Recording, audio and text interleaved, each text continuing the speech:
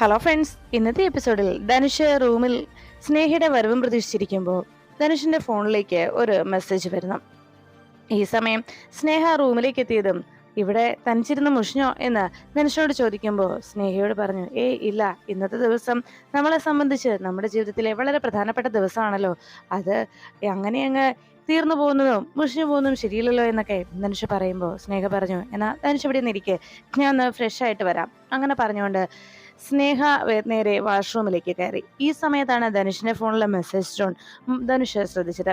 വേഗം ഫോൺ എടുത്ത് നോക്കിയതും അതിൽ വന്നിരിക്കുന്ന ചില ഫോട്ടോസുകൾ കണ്ട് ധനുഷ് ഞെട്ടുന്നു. ഉടൻ തന്നെ ധനുഷ് അവന്തികയെ തിരികെ വിളിച്ചു. അവന്തിക കോൾ എടുത്തതും ധനുഷ് ചോദിച്ചു, നിനക്ക് എന്താ വേണ്ടത്?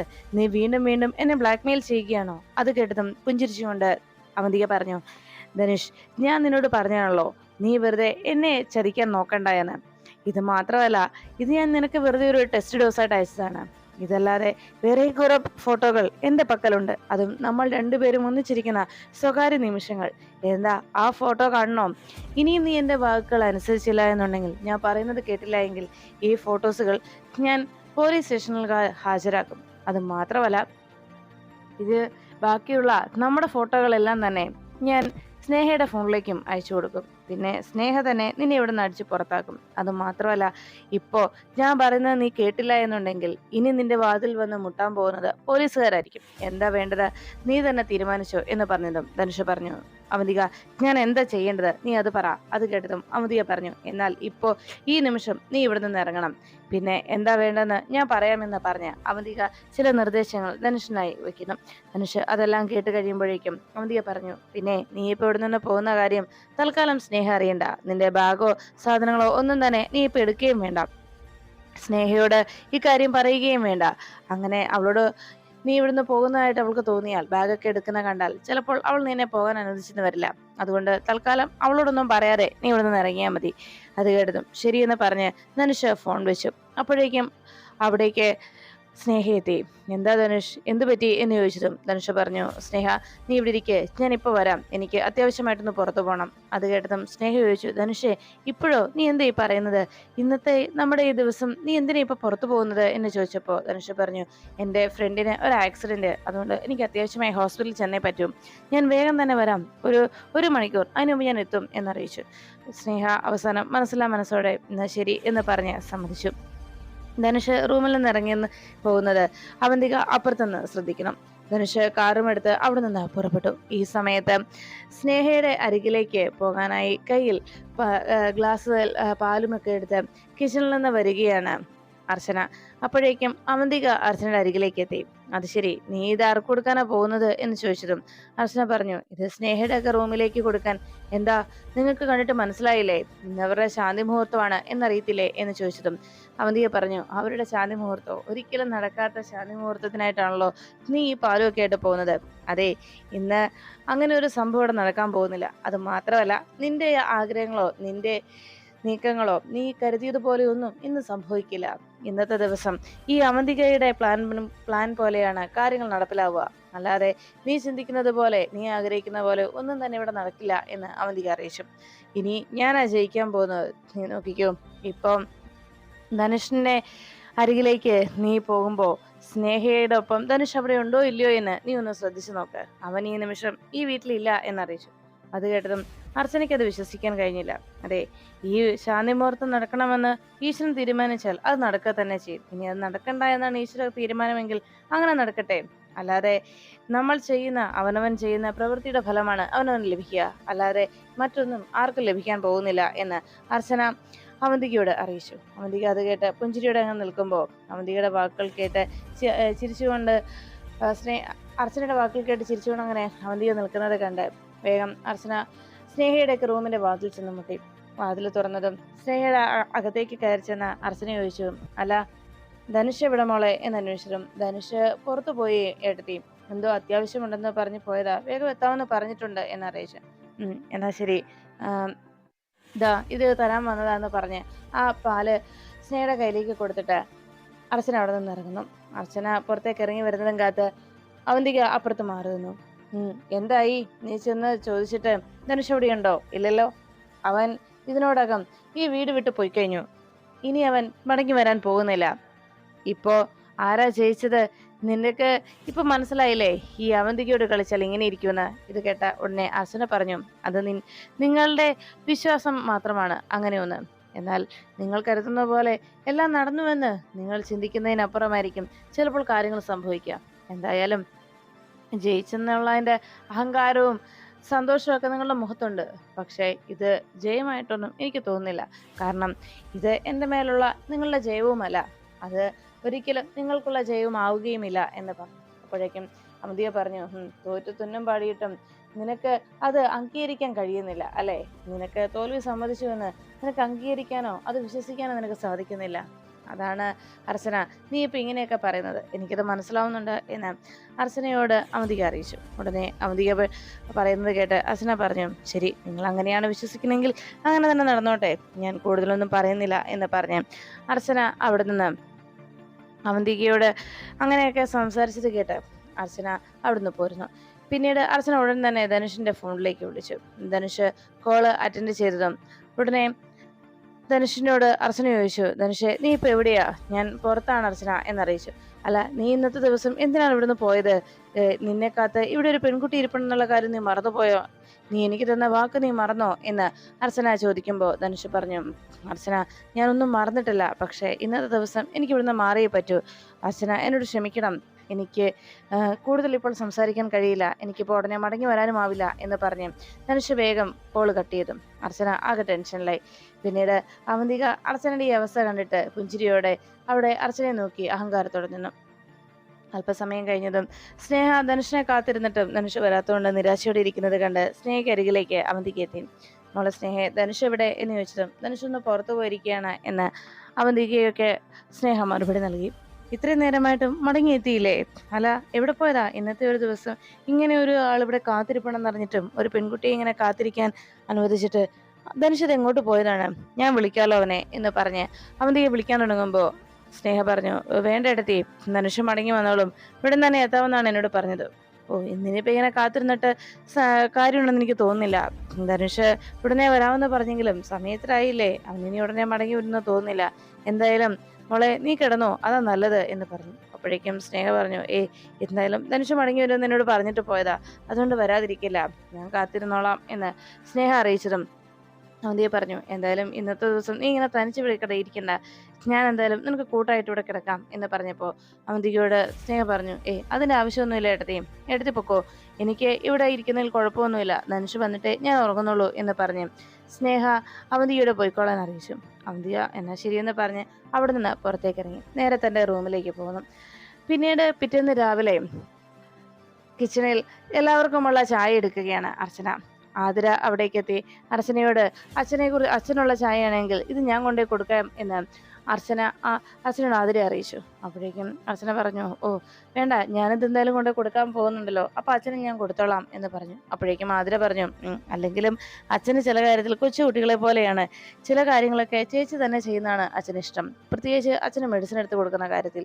ചേച്ചി അല്ലാതെ മറ്റാരെങ്കിലും ആ മെഡിസിൻ ബോക്സ് എടുത്താൽ അത് അച്ഛന് ഇഷ്ടാവില്ല എന്ന് പറഞ്ഞപ്പോൾ അർച്ചന പറഞ്ഞു, അതെ, അത് അച്ഛൻ്റെ പേടി കൊണ്ടാണ്, എനിക്കാണല്ലോ മെഡിസിൻസ് ഒക്കെ അറിയാവുന്നത്, അതുകൊണ്ടാണ് അച്ഛൻ ഞാൻ തന്നെ എടുക്കണമെന്ന് പറയുന്നത്, അല്ലാതെ മറ്റാരോടെങ്കിലും ദേഷ്യമുണ്ടായിട്ടോ തീർപ്പുണ്ടായിട്ടോ ഒന്നും അല്ല എന്ന് അർച്ചന പറയുമ്പോൾ ആതിര പറഞ്ഞു, എനിക്കിത് മനസ്സിലാവുന്നുണ്ട് ചേച്ചി, ഞാൻ വെറുതെ പറഞ്ഞതാ, അച്ഛനെ കുറിച്ച് അങ്ങനെ ഞാൻ വെറുതെ പറഞ്ഞതാ എന്ന് ആതിരയും മറുപടി നൽകി. അതിനുശേഷം ചായ എടുത്തുകൊണ്ടിരിക്കുമ്പോൾ അവന്തിക അവിടേക്ക് എത്തുന്നു. മുഖത്ത് നല്ല ഉറക്കക്ഷീണം കണ്ടതുകൊണ്ട് അർച്ചന പറഞ്ഞു, നല്ല ക്ഷീണം ഉണ്ടല്ലോ, എന്തായാലും ഒരു ഗ്ലാസ് ചായ എടുത്ത് കുടിച്ചു എന്ന് പറഞ്ഞ് അർച്ചന ട്രേയിൽ 3 ഗ്ലാസ് ചായ വെച്ചുകൊണ്ട് കൊണ്ടുപോകുന്നത് കണ്ട് വേഗം അവന്തിക ചോദിച്ചു, അല്ല ഇത് ആർക്കായി 3 ഗ്ലാസ് ചായ? ഉടനെ അവന്തിക പറഞ്ഞു, അതെ, ഒന്ന് അച്ഛന്, ബാക്കി 2 ആർക്കൊക്കെയാണെന്ന് അറിയണമെങ്കിൽ എൻ്റെ കൂടെ വാ, ഞാൻ കാണിച്ചു തരാം, അത് നിങ്ങൾക്കൊരു വലിയ ഞെട്ടലായിരിക്കും എന്ന് പറഞ്ഞു. ഉടനെ അവന്തിക ചോദിച്ചു, ഞെട്ടലോ? നീ എന്തേ പറയുന്നത്?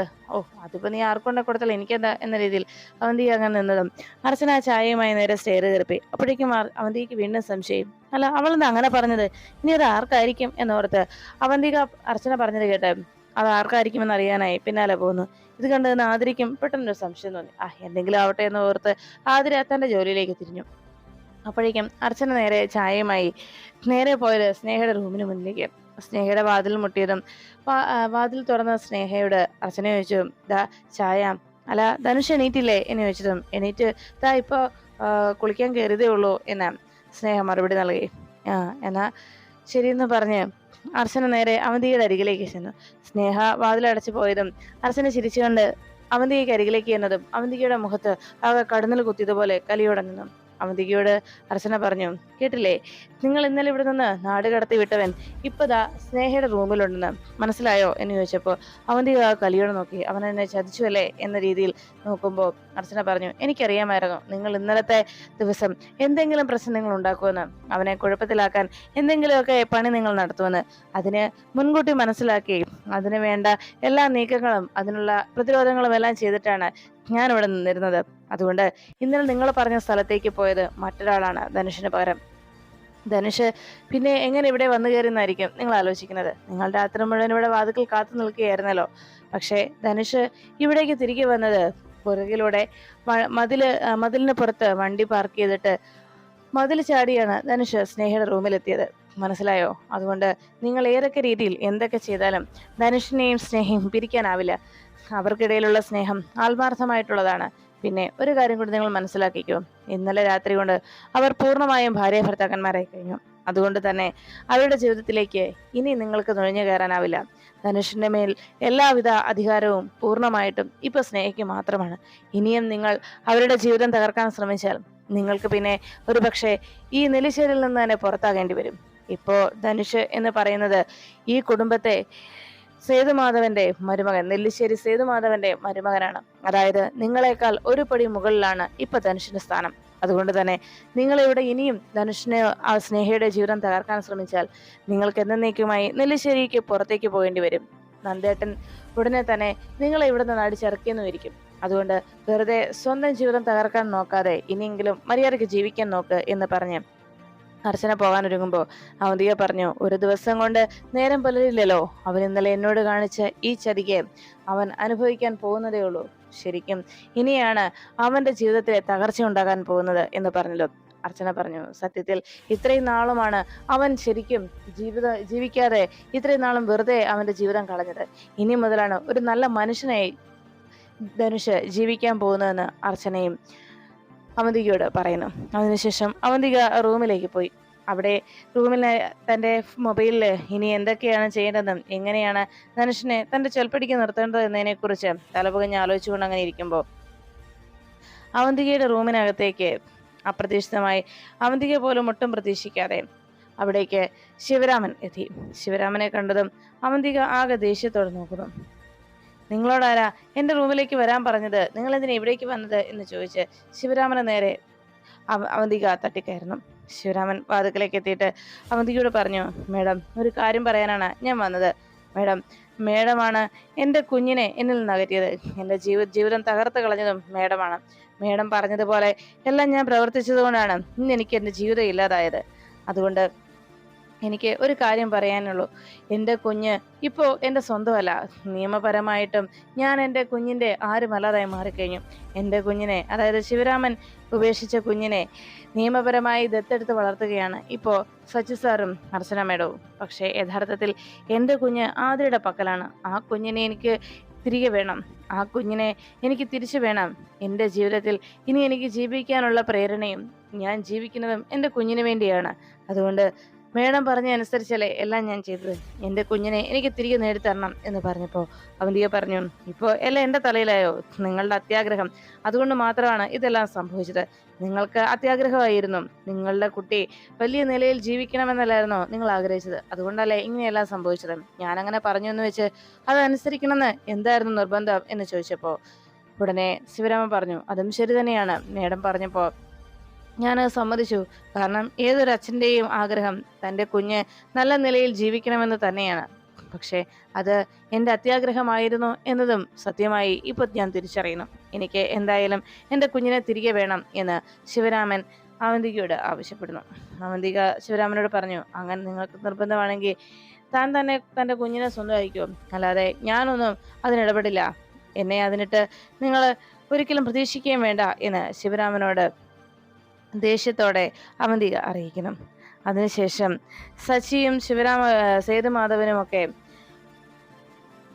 വീട്ടിലെല്ലാവരുടെയും സന്തോഷത്തെക്കുറിച്ചും ഒപ്പം സ്നേഹയും ധനുഷും തമ്മിലുള്ള നല്ലൊരു ജീവിതത്തെക്കുറിച്ചുമൊക്കെ സംസാരിച്ചുകൊണ്ട് അങ്ങനെ നിൽക്കുമ്പോൾ അവന്തിക അതെല്ലാം മാറി നിന്ന് കേട്ടു. ധനുഷിനെ കുറിച്ചുള്ള സച്ചിയുടെ അഭിപ്രായങ്ങൾ, അതും നല്ല അഭിപ്രായങ്ങൾ വരുന്നത് കണ്ട്, അതോടൊപ്പം തന്നെ കമ്പനിയിൽ ധനുഷ് പർച്ചേസ് മാനേജർ ആയതിനു ശേഷമുണ്ടായ നേട്ടങ്ങളെ കുറിച്ച് കൂടി അറിഞ്ഞതോടെ സേതുമാധവന് വളരെയേറെ സന്തോഷമാകുന്നു.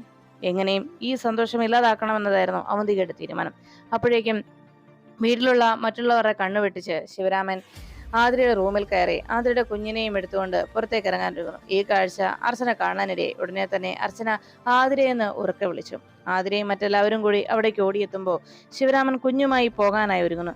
കുഞ്ഞിനെയും കയ്യിലെടുത്ത് ശിവരാമൻ പുറത്തേക്ക് ഇറങ്ങുന്നത് കണ്ട ഉടനെ ശിവരാമനെ എല്ലാവരും ചേർന്ന് പിടിച്ചു നിർത്തി.